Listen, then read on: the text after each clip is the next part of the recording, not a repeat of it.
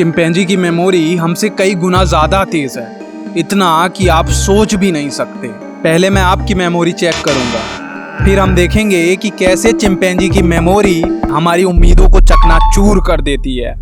तो क्या आप तैयार हैं इस दिमागी टकराव के लिए? इन नंबर्स को ध्यान से देख लो, 1 2 3। याद रखना इन नंबर्स की लोकेशन कहाँ है, क्योंकि ये नंबर मिस्टर इंडिया होने वाले हैं। क्या अब आप उन नंबर्स की लोकेशन मैथमेटिकल ऑर्डर से बता सकते हैं? या आई नो बहुत इजी है, चलो इसे थोड़ा कठिन करते हैं। तो फिर अपनी कुर्सी की पेटी बांध लो, मौसम बिगड़ने वाला है। कुछ नंबर्स आपकी स्क्रीन पर आएंगे, ध्यान से देखकर इन्हें याद कर लेना। चलो अब बताओ कौन सा नंबर कहाँ था? ए बाबा ए बहुत कम टाइम है रे, कम से कम 30 साल का तो टाइम दे रे। आई नो आपको बहुत कम टाइम दिया गया, लेकिन अगर आपको लग रहा है कि इतने कम समय में याद करना छोड़ो, उन नंबर्स को देखना भी इम्पॉसिबल था, तो ये देखो, ये चिंपैंजी उसी सेम टाइम में पजल को देखकर पजल को सॉल्व कर दे रहा है। और ये पजल इस चिंपैंजी के लिए पूरी तरह से नहीं है।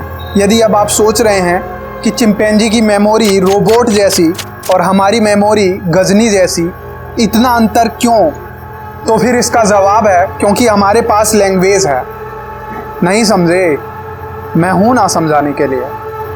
और दूसरा सवाल, हमारे चचेरे भाई चिंपैंजी के पास लैंग्वेज क्यों नहीं है? मैं जो भी बात इस वीडियो में बताऊंगा वो इन दोनों बुक्स और पास्ट में हुए एक्सपेरिमेंट पर आधारित होंगी। आज से 70 लाख साल पहले की बात है। उस समय ना तो हम थे और ना ही चिंपैंजी। उस समय केवल हम दोनों के माई बाप थे, जिन्हें चलका कहा गया। Chimpanzee human last common ancestor, मतलब हम दोनों के कॉमन पूर्वज। हम दोनों के पूर्वज चलका पेड़ पर रहा करते थे, क्योंकि उनके पास अन्य शिकारी जानवरों से बचने के लिए ना तो शेर जैसे मजबूत जबड़े थे, ना कछुए जैसा रक्षा कवच, ना सांप जैसा जहर, और ना ही हिरनी जैसी सॉरी, मैं इसकी बात कर रहा हूं। याद रखना, यही कमजोरी आगे चलकर हमारी ताकत बनेगी।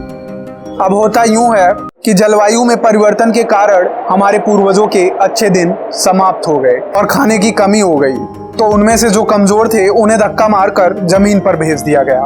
अब याद रखना, उनके पास ना तो शेर जैसा जबड़ा, ना सांप जैसा जहर, ना कछुए जैसा रक्षा कवच, और ना हिरन जैसी तेज रफ्तार। तो क्या इसका मतलब ये अब मर जाएंगे?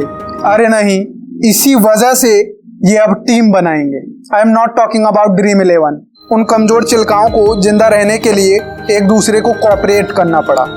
और आपको पता होगा, कोऑपरेट करने के लिए कुछ भी प्राप्त जानकारी को एक दूसरे से शेयर करना पड़ता है। चलो मान लो उस सिचुएशन में तुम हो और तुमने थोड़ी दूर पर एक शेर को आते हुए देखा, लेकिन शेर को पता नहीं है तुम्हारे ग्रुप के बारे में।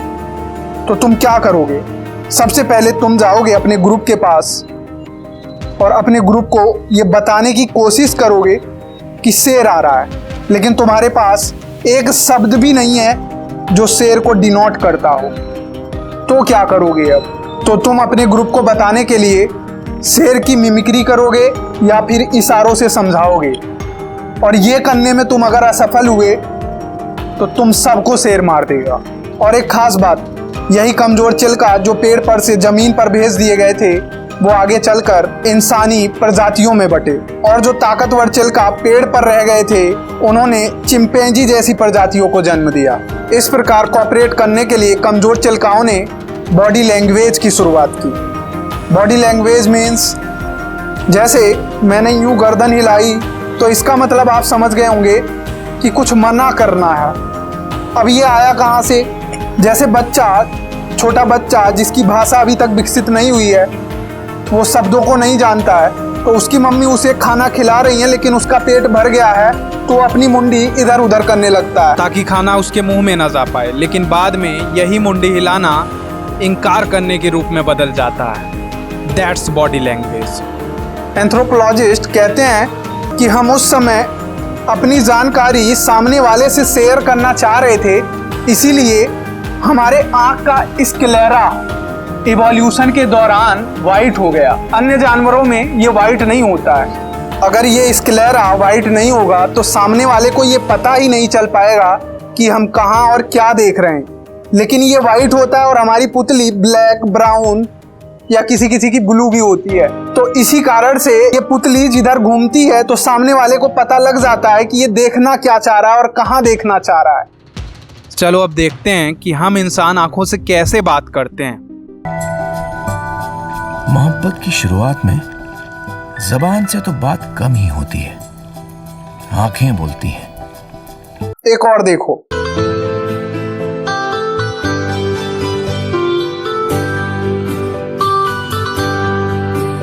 इन बच्चों के लिए हम पेड़, पानी और ये जो ग्लेशियर बचा रहे हैं, मैं तो कहता हूँ ग्लेशियर को पिघल जाने दीजिए, ये साले डूब के मर जाएंगे।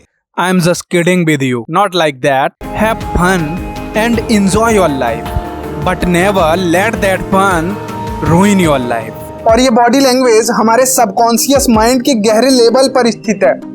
इसीलिए हमारे फेशियल एक्सप्रेशन, आंखें और हाव भाव कभी झूठ नहीं बोलते। और जासूस जो होते हैं वो इन्हीं चीज़ों को देखकर पकड़ लेते हैं और सामने वाला इन्हें देखकर ये समझ जाता है कि सामने वाला चाह क्या रहा है। अब आगे समझो, हमारे पास अन्य जानवरों की तरह रक्षा और शिकार करने के लिए कुछ नहीं है। अब इस कमी ने हमें हथियार बनाने के लिए भी मोटिवेट किया, और जब कोई हथियार बनाएगा तो उसे अपने ग्रुप में ये बताना पड़ेगा कि इस हथियार को कैसे बनाते हैं और कैसे यूज करते हैं। तो इसके लिए भी हमें भाषा की जरूरत होगी। लेकिन चिंपैंजी ताकतवर चिल्का जो पेड़ पर रह गए थे, उनके सामने इनमें से कोई भी प्रॉब्लम नहीं थी, तो उनकी भाषा भी इवॉल्व नहीं हुई। कहने का मतलब ये है कि मेहंदी के पत्ते में रंग तभी आता है जब वो पीसी जाती है। एक पत्थर मूर्ति तभी बनता है जब उसे कूटा जाता है। अब दूसरी बात, हमारी मेमोरी चिंपैंजी से इतनी कमजोर क्यों? चिंपैंजी की मेमोरी इसलिए इतनी तेज है क्योंकि उसे हमेशा चीजों को याद करके अपने माइंड में रखना पड़ता है। जैसे मान लो एक चिंपैंजी ने कहीं पर फल देखा तो वो पेट भर के फल तो खाएगा, लेकिन वो जाके अपने ग्रुप में बता नहीं सकता है कि वहां फल है। इशारों से भी नहीं बताएगा क्योंकि खाने की कमी। समझ रहे हो ना? और दूसरी बात, चिंपैंजी के पास जरूरी जानकारी रखने के लिए या शेयर करने के लिए भाषा भी नहीं है। तो हर चिंपैंजी को जिंदा रहने के लिए जरूरी जानकारियां खुद ही याद करके रखनी पड़ती है। अब समझते हैं कि हमारी मेमोरी इतनी कमज़ोर क्यों है। चिंपैंजी के मुकाबले कमज़ोर क्यों है? तो इसकी सबसे बड़ी वजह है क्योंकि हमारे पास भाषा है। हम अपनी जानकारियां दूसरे से शेयर कर सकते हैं, एक के ऊपर याद करने का बोझ नहीं है। और दूसरी बात, जब पेज की खोज हुई तो हमने महत्वपूर्ण जानकारियों को लिखना शुरू कर दिया। इसकी वजह से हमारे मेमोरी का बोझ और कम हो गया। तो एक वजह ये भी है कि हमारी मेमोरी इतनी कमज़ोर है चिंपैंजी के मुकाबले। सबसे इम्पोर्टेंट बात, इस वीडियो से तुम क्या सीखे? यही कि हम इंसान अपनी प्रॉब्लम्स को सॉल्व करते हुए, क्रिएटिविटी दिखाते हुए, क्रिटिकल थिंकिंग के साथ इवॉल्व हुए हैं। तो अगर हम अभी भी रट के वही गोरिल्ला, चिंपैंजी, चिल्का बनने की कोशिश करेंगे तो बेकार है। लेकिन आज भी कुछ बच्चे चीज़ों को याद करके रट के चिंपैंजी और गोरिल्ला बनने की कोशिश कर रहे हैं, जो कि बिल्कुल बेकार है। मरेंगे एक दिन।